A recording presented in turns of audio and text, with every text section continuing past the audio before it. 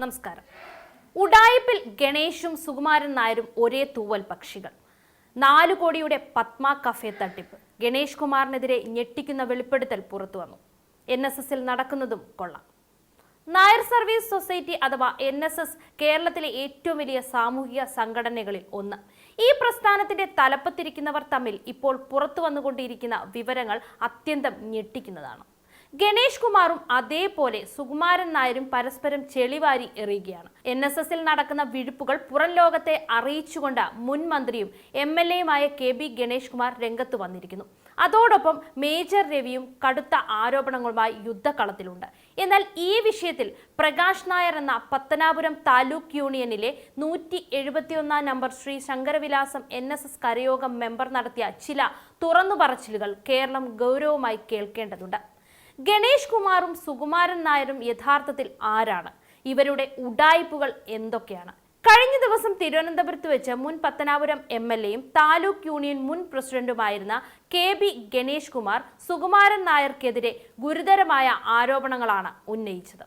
സുകുമാരൻ നായർ തന്റെ കുടുംബത്തിലെ 43 പേർക്ക് NSSൽ ജോലി കൊടുത്തുവെന്നും സൊസൈറ്റിയുടെ വസ്തുവകകൾ ആരുടെയും അനുവാദമില്ലാതെ വിൽക്കുന്നുവെന്നും മന്നം സമാധിയിൽ സാധാരണക്കാർക്ക് കയറാൻ പറ്റുന്നില്ലെന്നും ജനാധിപത്യ സംവിധാനത്തെ മുഴുവൻ അദ്ദേഹം അട്ടിമറിച്ചുവെന്നുമാണ് ഗണേഷ് കുമാർ ആരോപിച്ചത്.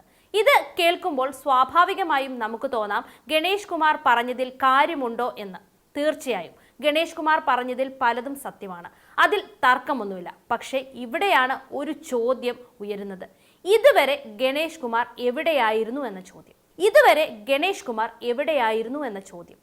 തന്റെ അച്ഛൻ R ബാലകൃഷ്ണപിള്ളയുടെ മരണശേഷം പത്തനാപുരം താലൂക്ക് യൂണിയന്റെ പ്രസിഡന്റായി പ്രവർത്തിച്ചുകൊണ്ടിരുന്ന വ്യക്തിയാണ് ഗണേഷ് കുമാർ.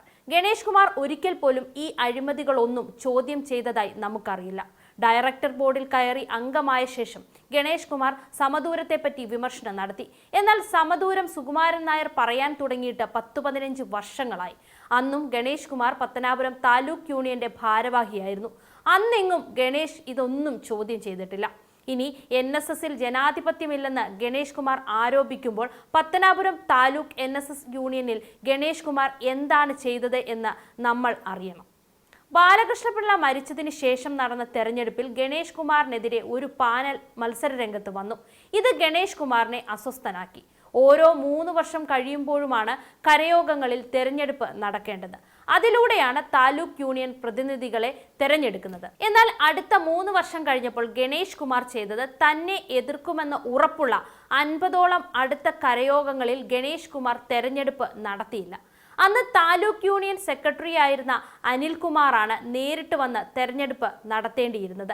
എന്നാൽ ഗണേഷ് കുമാറിന്റെ എല്ലാ പ്രവർത്തികൾക്കും കൂട്ടുനിന്ന ഈ അനിൽകുമാർ അനുവാദമില്ലാതെ ഒന്നും ചെയ്തില്ല. പ്രകാശ് നായരും അദ്ദേഹത്തിന്റെ കരയോഗക്കാരും തെരഞ്ഞെടുപ്പ് നടത്താത്തതിനെതിരെ NSS ആസ്ഥാനത്ത് പോയി പരാതി നൽകിയെങ്കിലും യാതൊരു നടപടിയും ഉണ്ടായില്ല. അന്ന് ഇവർ രണ്ടുപേരും ഒരു നാണയത്തിന്റെ 2 വശങ്ങളാണെന്ന് കരയോഗക്കാർക്ക് ബോധ്യമായി.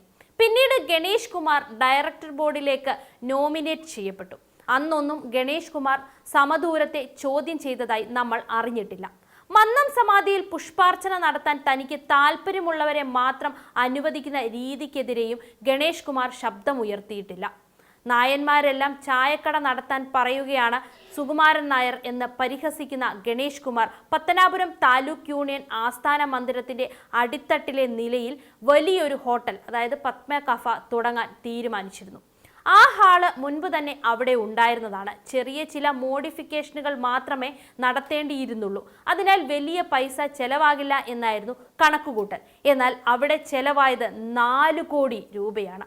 ആ 4 കോടി പോയിട്ട് 4 ലക്ഷം പോലും ചിലവാക്കാത്ത ഒരു ഹോട്ടലിന്റെ പേരിലാണ് ഈ വലിയ തട്ടിപ്പ് നടത്തിയത്. പുതുതായി ഒരു ഹോട്ടൽ തുടങ്ങുകയാണെങ്കിൽ 1-2 കോടിക്ക് വളരെ മികച്ച രീതിയിൽ തുടങ്ങാം. അപ്പോഴാണ് ഡെക്കറേഷന് വേണ്ടി മാത്രം 4 കോടി ചിലവാക്കിയെന്ന് കണക്കെഴുതിയത്. ഈ തട്ടിപ്പ് പുറത്തു വന്നതോടെ ഗണേഷിന്റെ കൂടെയുണ്ടായിരുന്ന ഭരണസമിതി അംഗങ്ങളും ഗണേഷിന്റെ നിഴൽ പോലെ നിന്നിരുന്ന സെക്രട്ടറി അനിൽകുമാറും ഗണേഷിനെതിരെ തിരിഞ്ഞു. അവർ ചങ്ങനാശ്ശേരിയിൽ പോയി ഗണേഷിനുള്ള പിന്തുണ പിൻവലിച്ചു. അങ്ങനെയാണ് ഗണേഷിനെ പത്തനാപുരം താലൂക്ക് യൂണിയൻ പ്രസിഡന്റ് സ്ഥാനത്ത് നിന്ന് മാറ്റുന്നതും അവിടെ അഡ്ഹോക് കമ്മിറ്റി വരുന്നതും. പുനലൂരിൽ പത്രസമ്മേളനം നടത്തി ഭരണസമിതി അംഗങ്ങൾ പരസ്യമായി പറഞ്ഞത് 4 കോടി രൂപയുണ്ടെങ്കിൽ പുനലൂർ ടൗണിൽ 5 സെന്റ് വസ്തു വാങ്ങി 2 നിലയുള്ള കെട്ടിടം പണിയാം എന്നാണ്. അത്രയധികം അഴിമതിയാണ് അവിടെ നടന്നത്. താൻ കള്ളം പറയുകയില്ലെന്നും അഴിമതി നടത്താറില്ലെന്നും ഗണേഷ് കുമാർ അടിക്കടി പറയുന്നതിന്റെ കാരണം മറ്റൊന്നുമല്ല. ധനലക്ഷ്മി ബാങ്കിൽ നിന്ന് പണം പിൻവലിച്ചതുമായി ബന്ധപ്പെട്ട ദുരൂഹതകളും ഗണേഷ് കുമാർ ഇപ്പോൾ പറയുന്നുണ്ട്. എന്നാൽ ആ പണം പിൻവലിച്ചതൊക്കെ ഗണേഷ് കുമാർ ഡയറക്ടർ ആയിരിക്കുന്ന സമയത്താണ് എന്നും നമുക്കറിയണം.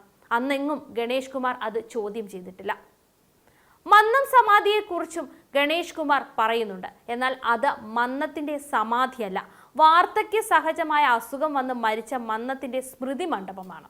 ഡൽഹിയിലെ രാജ്ഘട്ടിൽ പോയി ആർക്കും പുഷ്പാർച്ചന നടത്താം. ഇവിടെ മാത്രം എന്തുകൊണ്ട് ഇത്രയും നിയന്ത്രണങ്ങൾ എന്ന ചോദ്യം പ്രസക്തമാണ്. പക്ഷേ ഇത്രയും നാൾ അധികാരത്തിലിരുന്നപ്പോൾ മൗനം പാലിച്ച ഗണേഷ് കുമാർ ഇപ്പോൾ തനിക്ക് പദവികൾ നഷ്ടപ്പെട്ടപ്പോൾ മാത്രം ഇതെല്ലാം വിളിച്ചു പറയുന്നത് വെറും കാപട്യമാണ്. പ്രകാശ് നായർ വളരെ വ്യക്തമായി ചൂണ്ടിക്കാണിക്കുന്നത് പോലെ ഇവർ രണ്ടുപേരും ഒരു നാണയത്തിന്റെ 2 വശങ്ങളാണ്. NSSനെ വിറ്റ് പൈസയാക്കുന്ന ഈ 2 തട്ടിപ്പുകാരും ഒരേ തൂവൽ പക്ഷികളുമാണ്. ഇവർ തമ്മിൽ ഇപ്പോൾ പിണങ്ങാനുള്ള യഥാർത്ഥ കാരണം എന്താണെന്നുള്ളതിന്റെ കൂടുതൽ വെളിപ്പെടുത്തലുകൾ വരും ദിവസങ്ങളിൽ പുറത്തു വരുമെന്ന് നമുക്ക് പ്രതീക്ഷിക്കാം. ജനാധിപത്യത്തെക്കുറിച്ചും അഴിമതിയെക്കുറിച്ചും സംസാരിക്കാൻ ഗണേഷ് കുമാറിനോ സുകുമാരൻ നായർക്കോ യാതൊരു ധാർമ്മിക അവകാശവുമില്ല എന്നതാണ് ഈ സംഭവങ്ങൾ നമ്മെ പഠിപ്പിക്കുന്ന സത്യം.